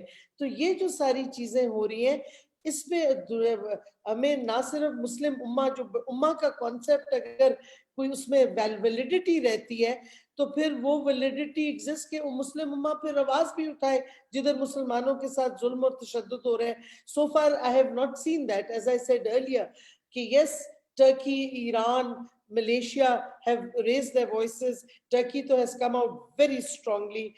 Iran has also come out very strongly on against India on what is happening in Indian occupied Jammu and Kashmir. But the Muslim Ummah, the OIC, I'm afraid has really failed. Yes, we have the a committee on Kashmir and so on, but nothing strong has come. We would expect some sort of sanctions could have come from the powerful Muslim states who have strong economic ties with India, but nothing has happened. Or Baki international community also, and we must appeal more to the Kashmiri diaspora, especially in the UK, in Europe. What are they doing? So, the time has come, the environment has changed.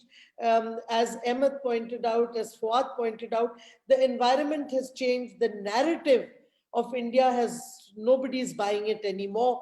The narrative has changed that the Indian Modi government is a fascist, Nazi-like government occupying illegally Indian occupied Jammu and Kashmir and carrying out infringements of all international law.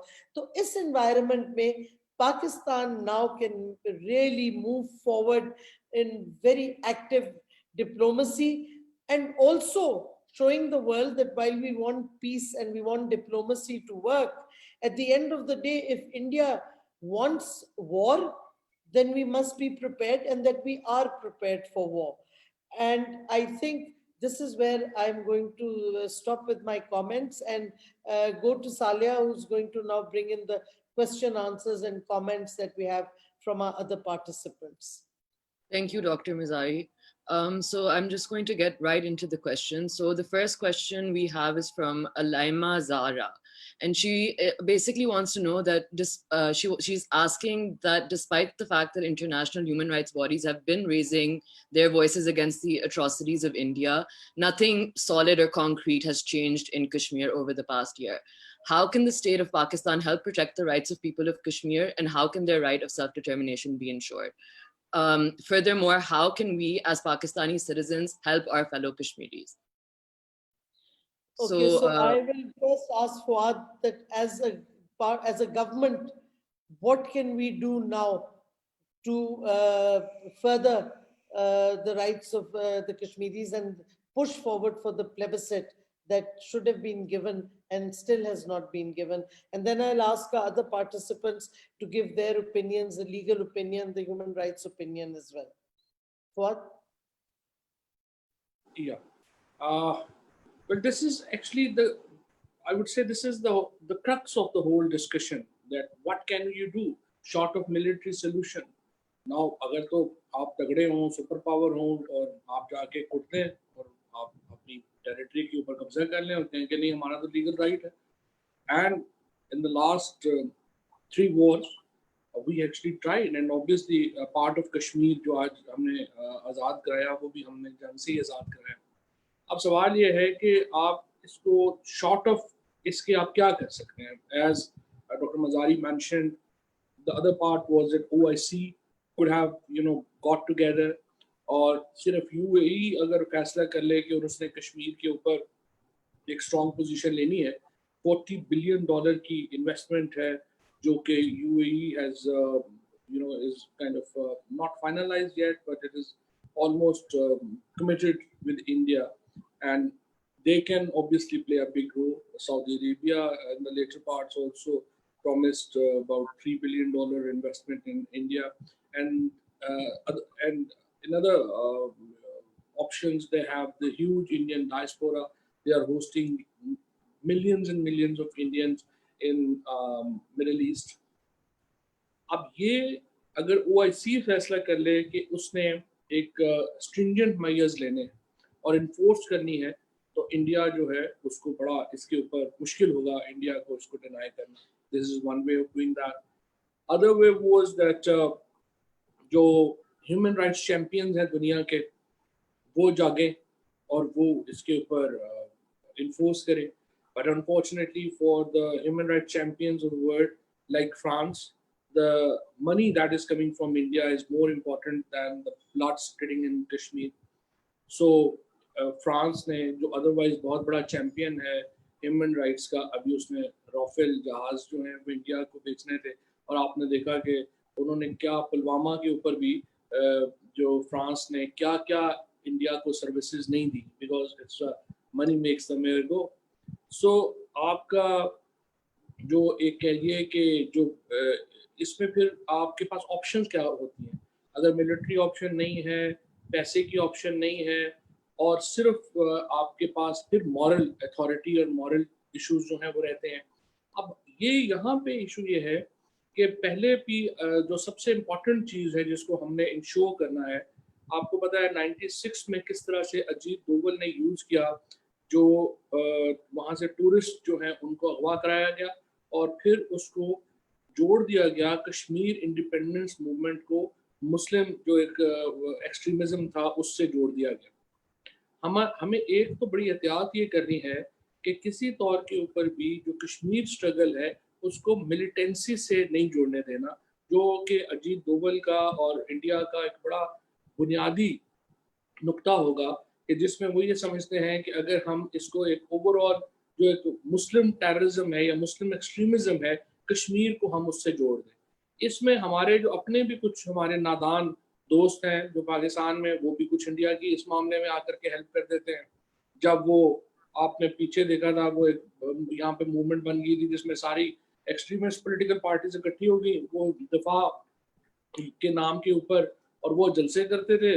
वहाँ पे हमारे political leadership भी चले जाते थे, वो वहाँ पे जाके यहाँ पे तो वो जहाद की बात करते थे, बट इसको इंडिया इंटरप्रेट करता था और बताता था कि देखें हम तो पहले ही कहते थे ये मुस्लिम मिलिटेंसी के लोग हैं और ये सारे जो हैं ये आप जुड़ गए हैं, और ये जो वॉर है हमारी एक्सट्रीमिज्म के खिलाफ एक इंटरनेशनल वॉर है, कश्मीर भी उसका एक हिस्सा है. सो द सबसे इम्पोर्टेंट जो हमारे लिए पाकिस्तान के लिए है वो तो ये है कि हम किस तरीके से कश्मीर की स्ट्रगल को एक प्योरली एचआर स्ट्रगल हमने जो है वो उसके तौर के ऊपर वो पोर्ट्रे हो, मिलिटेंसी से उसका कोई ताल्लुक ना हो, और उसको जो है वो हम आगे बढ़ाएं. और इससे, और दूसरा I think doctor Mazari has very rightly pointed out, Kashmiri diaspora जो पूरी दुनिया में फैला हुआ है, और उनका बड़ी एक आई वुड से उनके पास एक पावर भी है, स्पेशली यूके में, बरतानिया में और यूरोप में वो एक बहुत बड़ी ताकत है. उनको हमें इस्तेमाल करना चाहिए. पिछले दिनों उन्होंने खुद किया भी एम्बेसीज के सामने जब वो प्रोटेस्ट करते हैं. फिर वोटिंग पैटर्न्स जो हैं, कई जो फॉर एग्जांपल ब्रेडफोर्ड है, अगर तो ब्रेडफोर्ड में आप नहीं जीत सकते अगर कश्मीरी आपके साथ नहीं है. सो लिहाजा जो वहाँ के एमपीज हैं उनको एक जो है वो प्रेशर आता है और उनको सोचना पड़ता है. नॉर्वे में एटलीस्ट 3 to 4 एमपीज के जो कॉन्स्टिट्यूंसीज हैं ऑस्लो के अंदर जो इर्द गिर्द हैं, वो भी आप नहीं जीत सकते अगर कश्मीरी जो है वो आपके साथ नहीं खड़े हुए हैं. सो मेरे ख्याल में हमारे जो इसमें होना चाहिए, डेनमार्क इज अनदर सिटी जहाँ पे कश्मीरियों का जो है वो काफ़ी वो है. सो इसको एक तो हमें यूरोपियन EU में और यूके में जो कश्मीरी डायस्पोरा है उसको एक बड़ा सिस्टमेटिक तरीके से जो है वो हमें यूज़ करना चाहिए. मैं ये देखता हूँ कि हमारे कुछ अरसे से पहले हमारी जो लॉबी थी पार्लियामेंटेरियंस में, जो कि ब्रिटिश पार्लियामेंट में या कि यूके EU पार्लियामेंट में, वो थोड़ी सी उसके ऊपर अब कमज़ोरी आई है. वो हमें उसको स्ट्रेंथन करना है, उनको हमें अपने साथ जो है वो लेके आने की ज़रूरत है. इस तरह से जो कांग्रेस है अमेरिका की, उसके ऊपर काम करने की ज़रूरत है. तो मेरे ख्याल में जो एडमिनिस्ट्रेशंस हैं वो आपका कोई बहुत साथ नहीं देंगी, क्योंकि एडमिनिस्ट्रेशन जो हैं उनके लिए पैसा इंपॉर्टेंट है. हमें उन लॉबीज के ऊपर, उन लोगों के ऊपर फोकस करना चाहिए जो कि पैसे से ज़्यादा मॉरल इश्यूज के ऊपर जो है वो सेंसिटिव होंगी. And I would say international parliamentarians एक ऐसा सेगमेंट है जिसको हमें ज़्यादा अप्रोच करना चाहिए और उनके ज़रिए फिर हमें एडमिनिस्ट्रेशन के ऊपर जो है वो एक स्ट्रेटजी बनानी चाहिए ताकि वो एडमिनिस्ट्रेशन को मजबूर कर सके. और इसके अलावा जो इन्फोर्समेंट, असल जो इशू है जो सवाल में भी किया गया है, वो इन्फोर्समेंट है. और enforcement will only be possible if we can create that environment जिसमें एडमिनिस्ट्रेशन को हम मजबूर कर सके इन्फोर्समेंट करने के लिए. अदरवाइज ये फिर ऐसे चलता है. Thank you, Fuad. Ali Zafar Saab, maybe you'd like to come in and add something.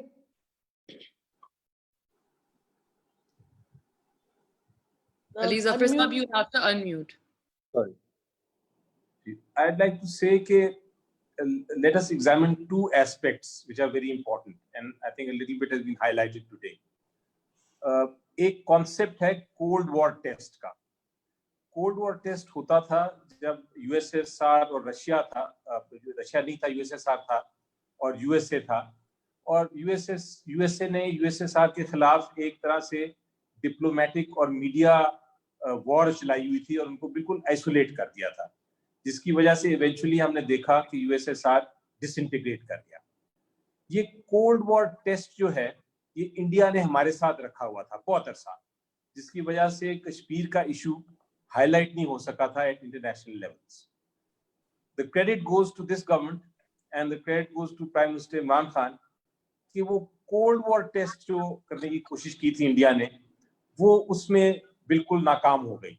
And the issue has now come into the forum, into the front, where all the countries are looking at it. इसके साथ साथ, as providence would have it, as fate would have it, कि एक ऐसी regime आ गई India में जो कि बिल्कुल ही फाशिस्ट है, जिसमें किसी को शक नहीं रहा, और इस regime ने इस तरह की human violations की जिसका हमने जिक्र भी किया है, जो कि दुनिया अब इग्नोर नहीं कर सकती. तो ये दोनों चीजें साथ साथ हो गई हैं. सिर्फ हमें ये देखना है अब कि ये चूंकि मूवमेंट इंडिजिनस मूवमेंट है, ये इसमें जो आज़ादी की मूवमेंट है वो कश्मीरी लोगों ने खुद चलाई हुई है. देखना ये है और यकीन ये हमें रखना पड़ेगा कि वो खुद ही इंडिया के जो एक्शंस हैं उसकी वजह से जो ह्यूमन राइट वायलेशंस हैं, जो तशद्दुद हो रहा है, वो इम्प्लोड करेंगे और वो आके पूरी दुनिया को आके अल्टीमेटली उनकी राइट्स को एक्सेप्ट करना पड़ेगा. पाकिस्तान ने दो बहुत बड़ी अचीवमेंट्स कर ली हैं. जिस तरह मैंने कहा, ये कोल्ड वॉर टेस्ट जो है मीडिया और डिप्लोमेसी का, वो हम अब जीतने पे आ गए हैं. ह्यूमन राइट वायलेशंस अब हर कोई बात कर रहा है. इसके साथ साथ जो हम इमीडिएट लीगल एक्शन ले सकते हैं, not as the government necessarily but even as bodies, जो हमारी इंटरनल बॉडीज हैं, जो ह्यूमन राइट वायलेशंस हो रही हैं, लाइक रेप्स, जो ह्यूमन राइट वायलेशंस हो रही हैं जिसका जिक्र किया अभी आपके थ्रू आउट हमने, उनकी वायलेशंस के लिए we should now go to the UN bodies, the courts, the international court of justice. ये छोटे छोटे आइटम्स लेके जब हम जाना शुरू करेंगे, that will add value I think to the entire एक तरह जो हम मीडिया एंड डिप्लोमेसी वॉर कर रहे हैं इंडिया के साथ उसमें. एंड अगर आपकी कामयाबी उसमें होना शुरू हुई तो दिस इंटायर रेजोल्यूशन जो इस वक्त बैक बर्नर पे थी और अब वो आगे आ गई है, उसको हम फोर फ्रंट पे और मजीद ला सकेंगे. अल्टीमेटली तो इसमें सक्सेस कब होगी? सक्सेस तब होगी जब आप कन्विंस कर लेंगे दुनिया को कि वो जो यूएन रेजोल्यूशन है उसको लेके आप आगे चलें. लेकिन हमने देखा है कि उसकी कब ट्रिगर होता है, जबकि दुनिया में हमने देखा है, चाहे साउथ अफ्रीका का एग्जांपल ले लें, फ्रेंच रेवोल्यूशन से आप शुरू कर दें बेशक, उसमें जब तक वो लोग इंटरनल रेवोल्यूशन जब आती है, जब एक arms and boots can not stand against the might of the people, तब फिर यूएन मूव करता है, तब इंटरनेशनल कम्युनिटी मूव करती है. हमारा काम एज ए गवर्नमेंट ये है फिलहाल कि हम इसको लाइव रखें इशू को.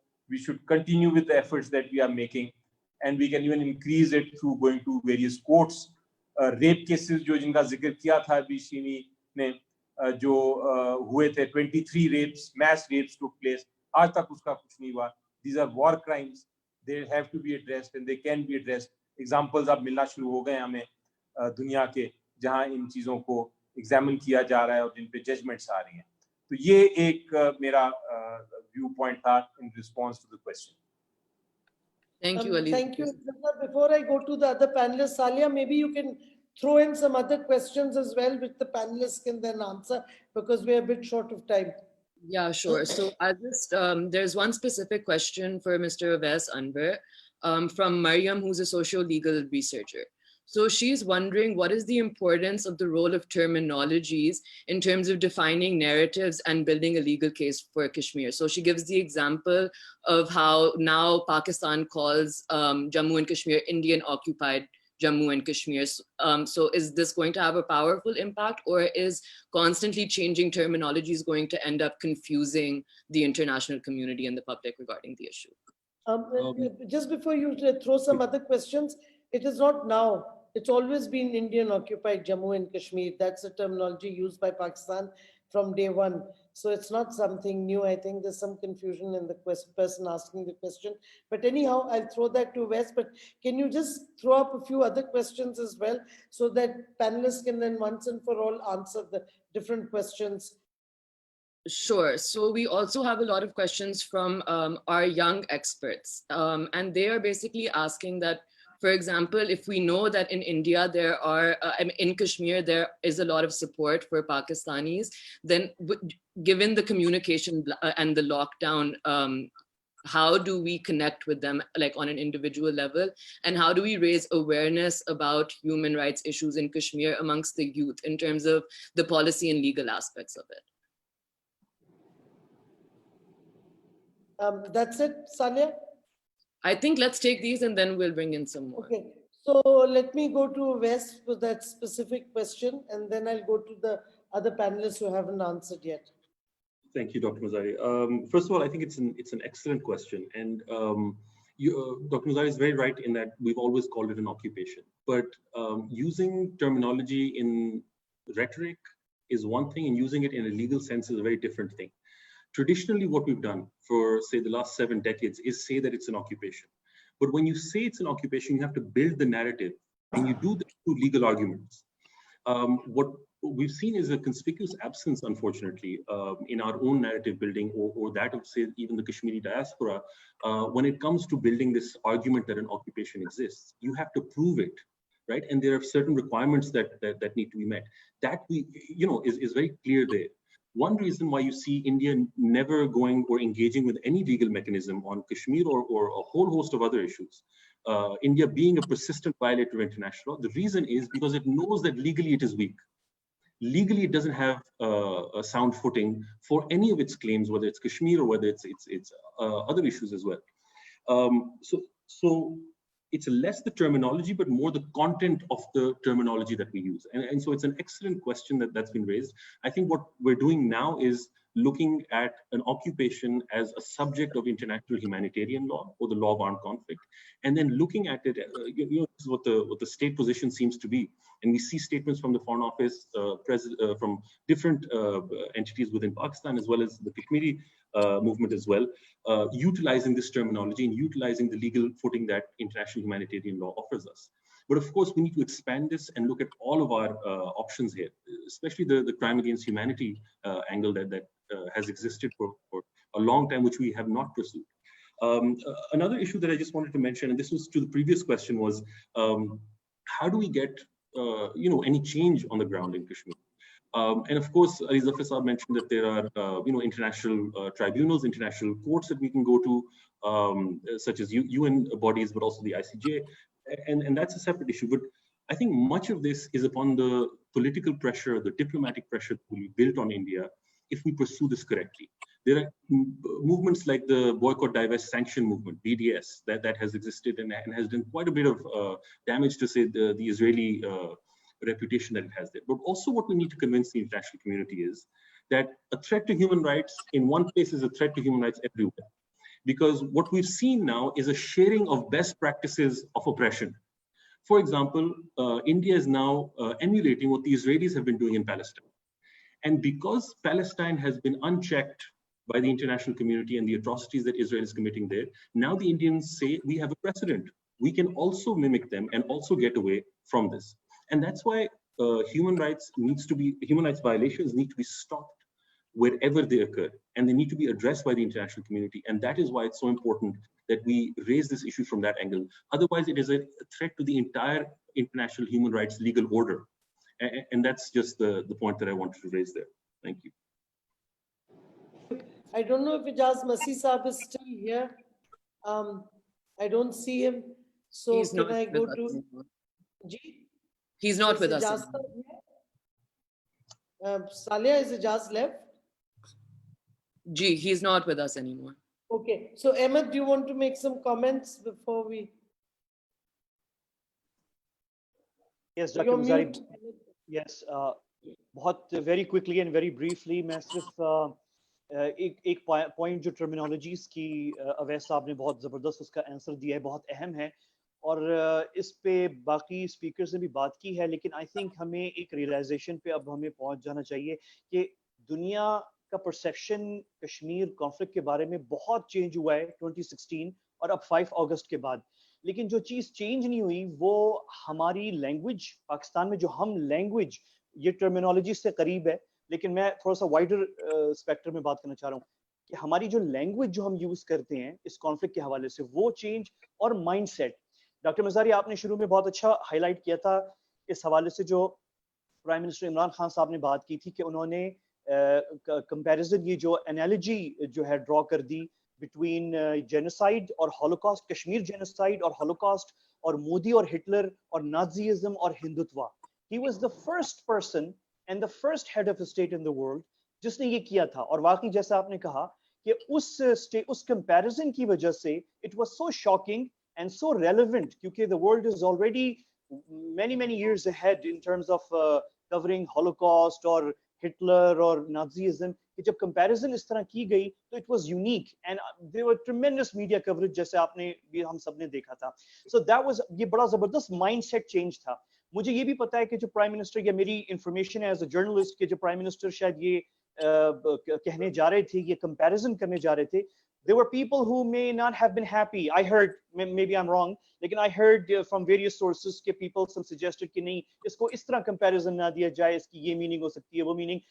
My point is only to say कि mindset change, language change, ये तो individually प्राइम मिनिस्टर ने एक जबरदस्त स्टेप उठा लिया, but overall state जो है remains I won't use a harsh word, lethargic, क्योंकि पाकिस्तान ने बहुत कुछ किया है कश्मीर के लिए।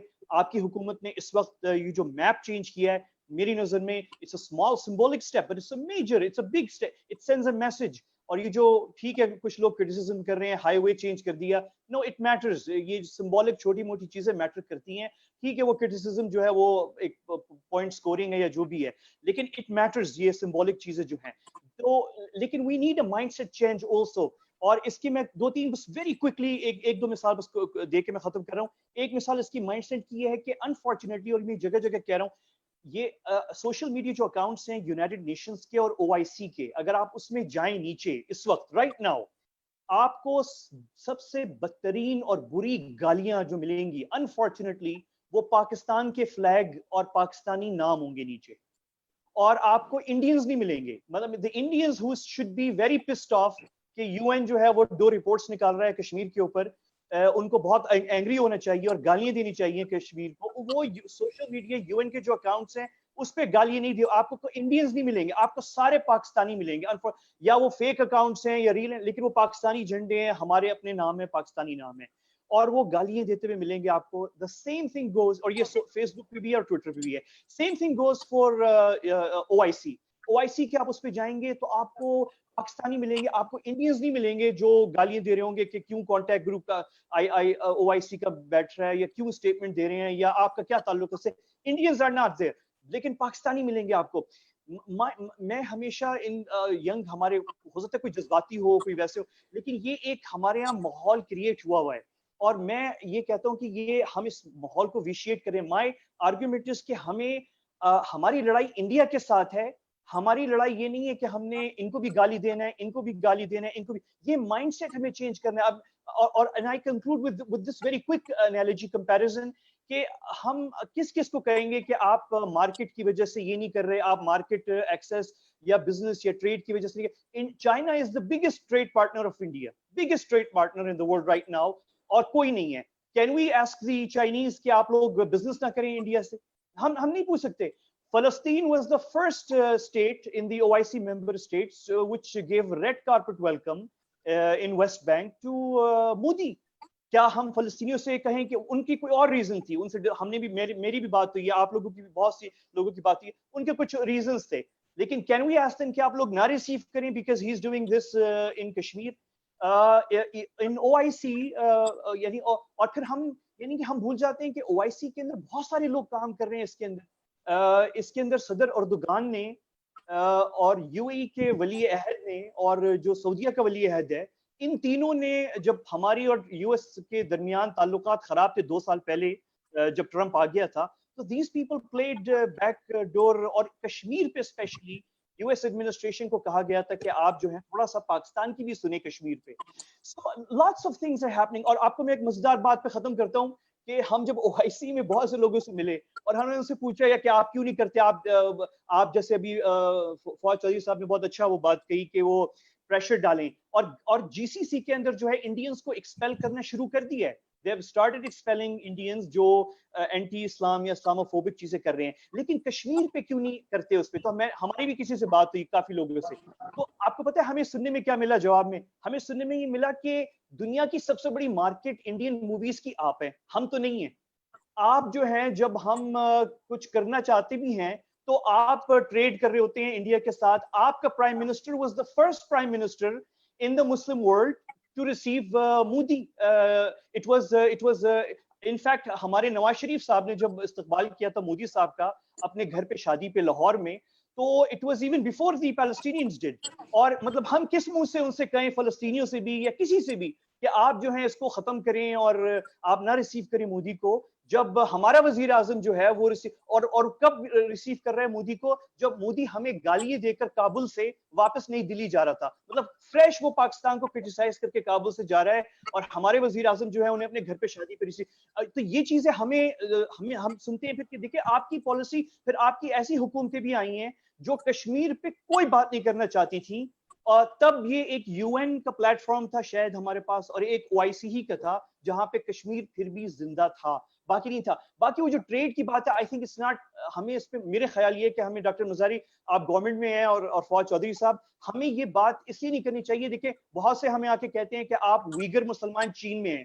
آپ نہیں بات کرتے اس پہ کیونکہ آپ کے چائنیز مارکیٹ انٹرسٹ ہیں آپ کے, صرف ہمارے نہیں ہیں, سب کے ہیں. اور کوئی مسلم کنٹری ویگر مسلمس پہ بات نہیں کرنا چاہتی بیکاز آف اسٹریٹجک انٹرسٹ, اور ہمارے مارکیٹ انٹرسٹ سب کے ہیں. یہ ہر جگہ ہوتا ہے. آئی تھنک اس میں بجائے کہ ہم دوسروں کو گالی دیں, اور پھر ہم کس کس کا ٹریڈ انڈیا سے رکوائیں گے؟ آپ کیا ہم چائنا کا رکوا سکتے ہیں؟ کیا ہم ایران سے کہہ سکتے ہیں کہ آپ چاہ بہار سے انڈیا کو ایکسپیل کریں کیونکہ وہ کر رہا ہے؟ کیا آپ اسے UAE کے شیخ سے کہہ سکتے ہیں کہ آپ مطلب ہمیں پھر جواب میں یہی ملتا ہے کہ آپ پاکستان, آپ اپنا سمت تعین کریں. آپ انڈیا کی سب سے بڑی مارکیٹ تھے فلموں کے لیے, ابھی 1 سال پہلے بند ہوئی ہے, اور یہ کریڈٹ آپ کی حکومت کو جاتا ہے. Doctor Mazari, it's your government's credit, prime minister کو جاتا ہے. آپ لوگوں نے پہلی دفعہ پاکستان میں مکمل اتنا لمبا وہ بین بالی ووڈ پہ ڈالا ہے, اور ان کا اچھا خاصا نقصان کیا ہے. یہ پہلے نہیں ہوا, یہ آپ نے کیا ہے, لیکن یہ ابھی 1-1.5 سال پہلے ہی ہوا ہے, اس سے پہلے نہیں تھا. اور ہم بزنس کریں, ہم آلو ٹماٹر پیاز ہم خریدیں, اگر کوئی انڈین مر جاتا ہے تو اس کی ٹرینڈ اس کے مرنے پہ پاکستان میں چل رہے ہوتے ہیں, نہ وہ ایران میں چل رہے ہوتے ہیں, نہ ترکی میں, نہ گلف میں, نہ چائنا, ہمارے یہاں چل رہے ہو. تو دنیا دیکھ رہی ہوتی ہے, پیپل آر واچنگ. وہ کہتے ہیں آپ اپنا تعین کریں پہلے, آپ کیا چاہتے ہیں؟ آپ کا وزیر اعظم پہلے مودی کو ریسیو کرتا ہے, آپ آلو پیاز ٹماٹر اور میڈیسن بھی انڈیا سے امپورٹ کر رہے ہوتے ہیں, مر جاتا ہے کوئی فلم ایکٹریس تو آپ کے یہاں وہاں پہ نوحہ ہو رہا ہوتا ہے پاکستان میں. تو آپ ڈیسائیڈ کریں what you want. So میں اس کے اگینسٹ ہوں کہ ہم دوسروں کو ابھی کچھ نہ کہیں. فرسٹ اور آپ کو پتا ہے کہ پاکستان میں, and let me finally conclude with this line, ابھی پورے پاکستان میں, I'm a journalist, پورے پاکستان میں مجھے ویب سائٹ کے اوپر کوئی پاکستانی میڈیا ہاؤس کی ویب سائٹ ہو جس پہ مکمل updated latest attractive creative coverage Kashmir کی ہو رہی ہو, نہیں ہے. یہ کہاں پہ ہے؟ الجزیرہ پہ ہے, TRT ورلڈ پہ ہے, گارڈین پہ ہے, نیو یارک ٹائمز پہ ہے, پاکستان میں نہیں ہے انفارچونیٹلی. फॉरेन मिनिस्ट्री की और ह्यूमन राइट्स मिनिस्ट्री को मैं क्रेडिट देता हूँ कि आप लोगों ने वाकई इस पे डिफरेंट काम किया है, आप लोग करें। लेकिन और इसमें आपकी गलती नहीं है कि ये नहीं है, ये पहले से नहीं है, ये बहुत से लोगों की वजह से नहीं है। और आप देखिए हमारा स्टेट रन टीवी चैनल है, कितनी बोरिंग, इतनी यानी ऐसी ऐसी कवरेज होती है कि वो मुतनफर करती है लोगों को उससे, कश्मीर से भगाती है, और हम अजीब अजीब सी चीजें करते हैं कि लोग मुतनफर हो जाते हैं कश्मीर से। सो आई थिंक हमें इस पे फोकस करें, कहाँ है पाकिस्तान में ऑनलाइन आर्काइव कश्मीर की लेटेस्ट अपडेटेड और क्रिएटिव, वो जिसमें जो नई जनरेशन है वो आके इंगेज हो सके, नहीं है। मैं अल जजीरा पे जाके मुझे मिलती है, मुझे टीआरटी वर्ल्ड की वेबसाइट इस्तांबुल में मिलती है, मुझे गार्डियन पे है, न्यूयॉर्क टाइम्स पे, पाकिस्तान में नहीं है। And we are the biggest advocate, और हमने बड़ी कुर्बानी दी है कश्मीर के लिए। तो हमें I think we should not ask China जो है वो निकाले, ट्रेड खत्म करे इंडिया से, या चाबहार से ईरान निकाले, या यूएई का शेख या चाबहार ने इंडिया को निकाल दिया, नहीं निकाला। दिस इज ये भी पाकिस्तान में एक, ये भी डॉक्टर मजारी पाकिस्तान में एक वो चल रहा है, अभी कोई नहीं निकाला है। I get your point. आप कहना चाह रहे हैं कि rather than asking others to do something, we need to get our narrative straight. देखिए, I agree with you. I think सबसे पहले we must increase our own relevancy globally. That's the first thing you have to do. Secondly, we have हमारे पास बहुत से अब international forums हैं। जब media ने नैरेटिव अब नाजीज्म का और फैशिज्म का इंडिया में जो हो रहा है वो एक्सेप्ट कर लिया है, जब इंडिया का नैरेटिव खत्म हो गया, we need to build on that. पहली दफा जैसे आपने कहा है, अमेरिकन मीडिया में, ब्रिटिश मीडिया में, हर तरफ इंटरनेशनल मीडिया में आ रहा है। और एक जो बड़ा चेंज आया है जिसमें हमने आज बात नहीं की, but it's very important, Hindustan के अंदर voices are being raised now. ये भी बहुत बड़ी डेवलपमेंट है। इंडिया में जो ह्यूमन राइट्स ऑर्गेनाइजेशंस हैं, इंडिया में सिविल सोसाइटी ग्रुप्स हैं, इवन सम इंडियन पॉलिटिशियंस, वो अब बात कर रहे हैं कि जुल्म और तशद्दुद कश्मीरियों पे जो आप कर रहे हो ये गलत है। देयर अपोज टू जो एनेक्सेशन की है मोदी ने 5 अगस्त को पिछले साल, उसको अपोज किया है। ये सारी जब आप स्ट्रैंड्स देखें ना, जो बदल गई है दुनिया। एक चीज हमें जो हेजिटेंसी है, जो मेरा अभी सख्त आर्ग्यूमेंट चल रहा है कि देखें, पाकिस्तान को एक साइकोलॉजिकल वो हुआ था सेटबैक, जब लेट शहीद बेनजीर भुट्टो ने कोशिश की थी यूएन ह्यूमन राइट्स काउंसिल में कश्मीर की रेजोल्यूशन, वो नहीं हुई। उसके बाद हम इतना खौफजदा हो गए कि अब हम अटेम्प्ट भी नहीं कर रहे, बट हालात बदल गए हैं। उसके बाद 2 यूएन रिपोर्ट्स आई हैं कश्मीर पे, उसके बाद UN high commissioner for human rights की स्टेटमेंट्स आई हैं, माहौल बदल गया है यूएन ह्यूमन राइट्स काउंसिल का। हम कम से कम डिप्लोमेसी अपनी यूज करें, लेट्स सी एटलीस्ट कि हम कर सकते हैं कि नहीं। बुर्किना फासो ने पूरी मीटिंग बुलाई है ह्यूमन राइट्स काउंसिल की अगेंस्ट ब्लैक लाइव्स मैटर के ऊपर, अमेरिका के खिलाफ। अगर बुर्किना फासो कर सकता है तो हम इतनी लॉबिंग नहीं कर सकते। तो हमें अपने पे ज्यादा कॉन्फिडेंस होना चाहिए। मैं समझ, I'm just concluding some of the threads. अपना रेलेवेंसी इंटरनेशनली हमें बढ़ानी चाहिए, हमें ह्यूमन राइट्स के ऊपर ज्यादा बातचीत करनी चाहिए, और मोस्ट इम्पोर्टेंट आई थिंक हमें बार बार जो जैसे आपने कहा अपने मीडिया पे जो ऑक्यूपाइड जम्मू एंड कश्मीर पे जुल्म और तशद्दुद हो रहा है उसको हम दिखाई नहीं रहे, हमारी खबरों में बहुत कम आता है। हम as you said international media में ज्यादा राइटअप्स आते हैं, हम गार्डियन से स्टोरी ले लेते हैं, अल जजीरा की ले लेते हैं, ना पीटीवी पे है ना हमारे प्राइवेट चैनल्स पे है। तो हमें अपना let's put our own house in order. International environment बदल गया है, हमारे लिए पॉजिटिव हो गया है। कश्मीर का केस हम मोर इफेक्टिवली लड़ सकते हैं अगर हम अपना अप्रोच मोर प्रोएक्टिव करें, हम अपना डायलॉग, अपना नैरेटिव, जो प्राइम मिनिस्टर ने नैरेटिव बनाया है, sadly we are not being able to carry it forward जिस तरह हम कर सकते थे, और अभी भी हमें वो चीजें करनी चाहिए, वो नैरेटिव हम। और दूसरा, I would request Uwais and Ali Zafar साहब, maybe we should sit together कि even if we are not members of the international criminal court, there are ways that you can, individuals can go to the International Criminal Court with appeals against human rights violations. Kashmiris can go to the International Criminal Court. Dusra, why what would be, ये हमें ये I would request कि let's put our heads together कि what would be required अगर हम criminal tribunal, international criminal tribunal चाहते हो जो हिंदुस्तान कर रहा है occupied जम्मू एंड कश्मीर पे, उसके ऊपर जैसे यूगोस्लाविया पे बना था, जैसे रुवांडा पे बना था.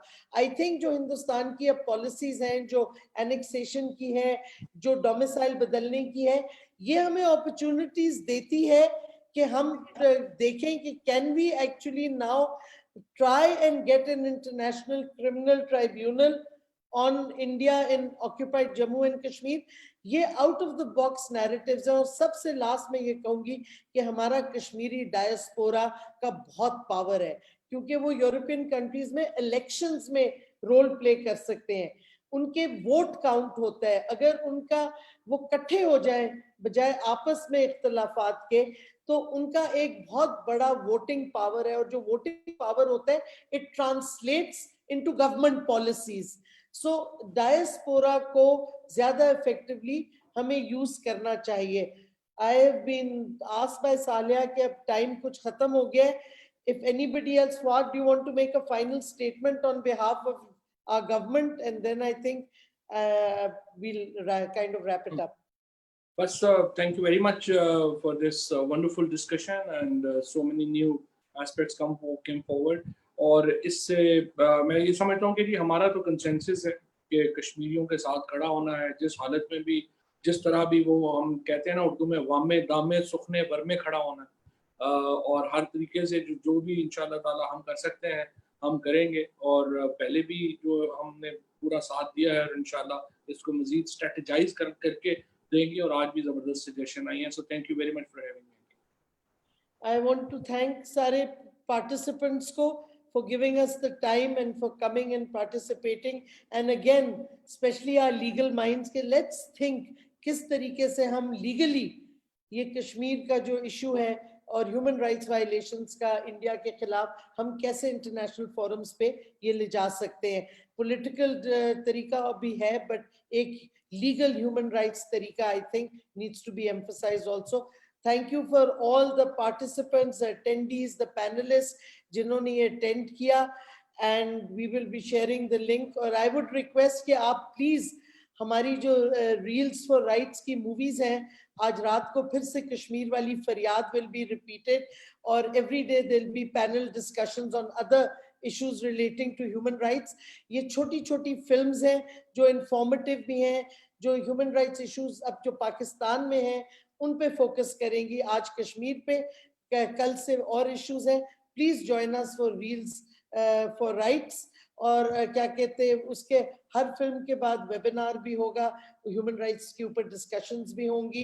And we hope to create greater awareness on human rights, not only in Indian occupied Jammu and Kashmir, but within Pakistan itself. Thank you once again, and Khuda Hafiz.